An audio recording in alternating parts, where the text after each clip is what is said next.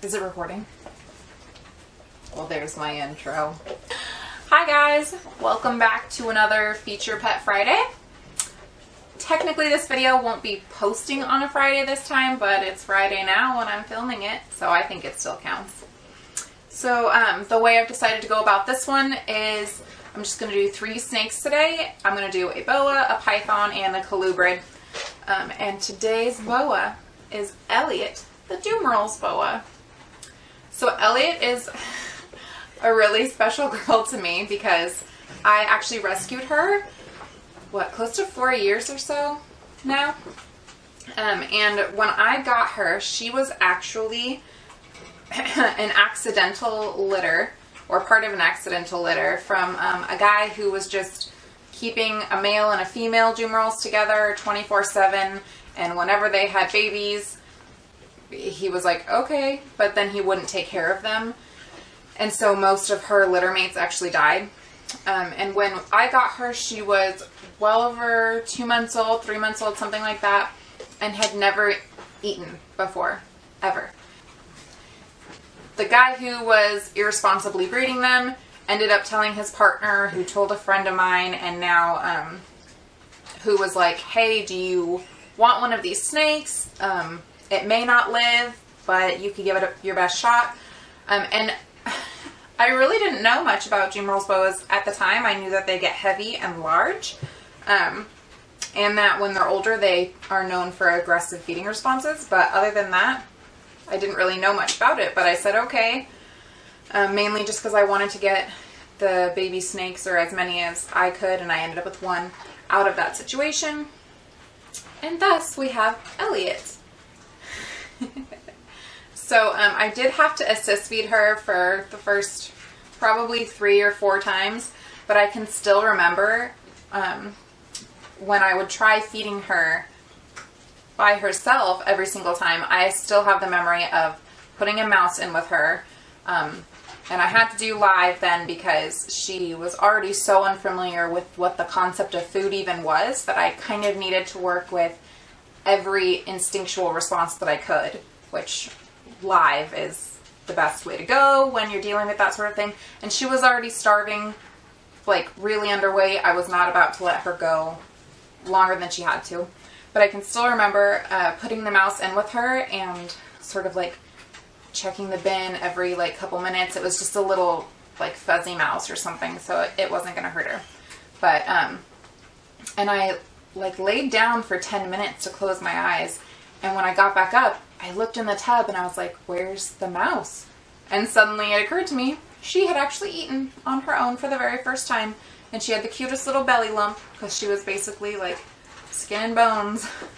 But she's been great. Ever since she figured out how to eat properly and regularly, she's just been amazing. And she is developing that classic Dumeril's feeding response, especially now that she's about 4. And she's also in the middle of a growth spurt. She's really getting some impressive size to her now. She's nowhere near done, which is exciting and slightly intimidating. But she's such a sweetheart. Even with all I had to put her through with assist feeding when she was younger, she's just always had one of the sweetest personalities in the world. Yeah, so now we actually have begun hook training her for when we get her out, because even when we got her out to film this video, as soon as she saw her enclosure doors open, she just, I mean, she was on it. She was ready to eat, even though she ate 2 medium rats a week ago. And you don't need to eat again. Dumeril's boas are some of my favorite boas because of this patterning that they have. I feel like it's almost an optical illusion. When you look at it, especially in natural light, it's almost like these parts like sink into their body, even though rationally you know, like the same level of skin everywhere, but they just, it's like they sink in. And I just think, I mean, they're gorgeous. So I'll try to get like a little bit of a close-up of her face and maybe her body for you guys.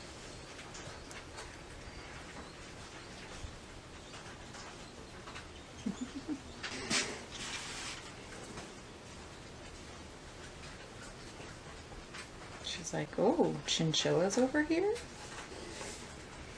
So that is this girl, and I'll put her back and grab our python for the day. So in celebration of baby season and the fact that we will hopefully be having our first clutch of this season hatch in about 5 or 6 days, I decided to show you guys for our python section of the video one of our holdbacks from last season. This is Saffron, the little golden noodle. He is a champagne pinstripe, or a champagne. Yeah, and funny enough, he was like one of the babies we had last year that was kind of the hardest to get eating, but getting him out of his tub right now was a trick because he's just so eager to eat, and I'm all about that.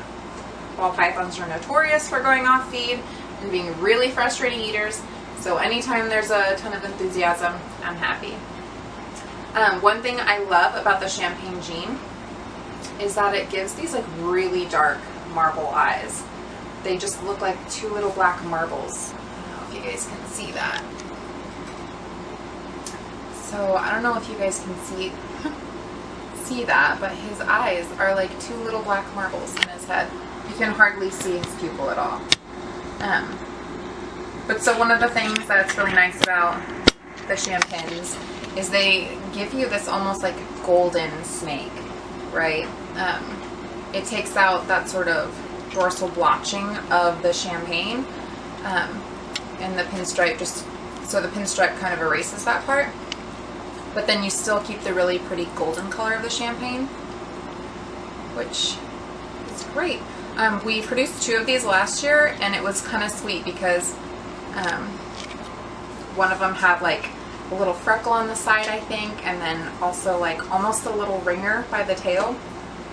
But yeah, so this guy is actually, he's darkened up a bit since he hatched out, which is fine, but like look how orange his head is. It's insane. Look at that gorgeous golden coloring. So that's Saffron. And again, we'll be raising him up to be part of our breeding projects in the next couple of years. Yeah, not 100% sure who we're going to pair him to, but he's just a nice male to have around as it is. And he's a sweet boy with a big appetite. So lastly, for our colubrid, we have Opal the whiteout corn snake.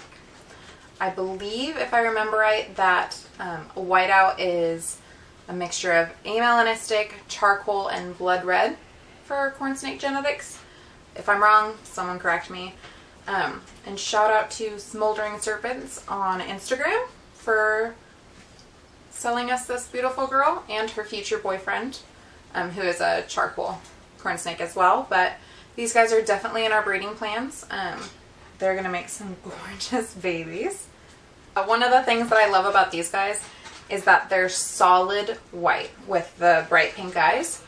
That's a little different from the snows, because the snows, even though they have the pink eyes and they're, you know, they're pretty like milky colored, the snows have a lot more striping by their necks, but also they keep all the patterning to them, which is still gorgeous. Like, I love snow corn snakes. I have one, her name's Ghost. I feel like that could have been a meme. She just like fell. Oh my god, honey. Okay. Yeah, but she's a sweet, beautiful girl. Her, one of my favorite things about her is that her belly is also iridescent.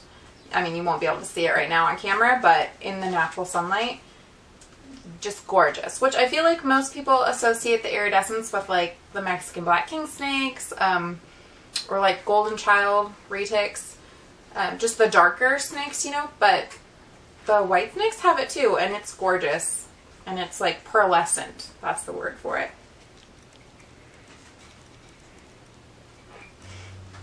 So that's Opal, the whiteout corn snake. I really appreciate you guys watching today, and I hope that you enjoyed the video. Definitely tune in next week for the next Feature Pet Friday. Please remember that if you did enjoy this video, to like it and subscribe. I try to upload videos pretty often, and I would really love for you guys to come back and see the next one.